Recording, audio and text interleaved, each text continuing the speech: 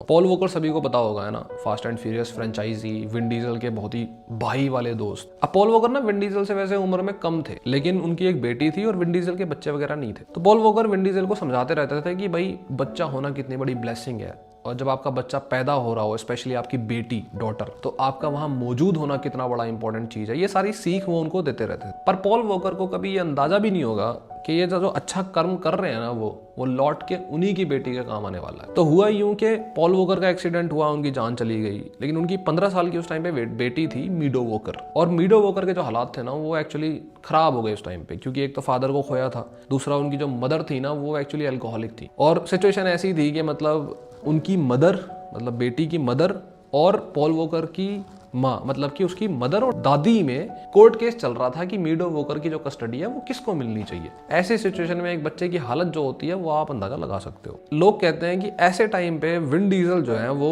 मीडो walker के पास गए और कान में जाके उन्होंने बोला कि जो रिलेशंस होते हैं ना वो जरूरी नहीं है कि वो ब्लड रिलेशन ही हो, वो उसके बाहर भी हो सकता है। और उसके बाद विन डीजल ने किस तरीके से मीडो वॉकर को ट्रीट किया होगा, इसका अंदाजा आप इस बात से लगा सकते हो कि इतने लंबे टाइम पीरियड के बाद जब मीडो वॉकर की शादी हुई 2021 में, तो विन डीजल वो थे जो उनको वॉकिंग डाउन द आयल कराया, जो यूजुअली एक फादर करता है। और मीडो वॉकर काफी खुश थी विन डीजल को एज अ गॉड फादर मानते हुए। तो अच्छे कर्म ना बस करते जाओ, कभी पता नहीं है हमें कि उसका फल ऊपर वाला किस तरीके से, कौन से चमत्कार तरीके से देगा आपको।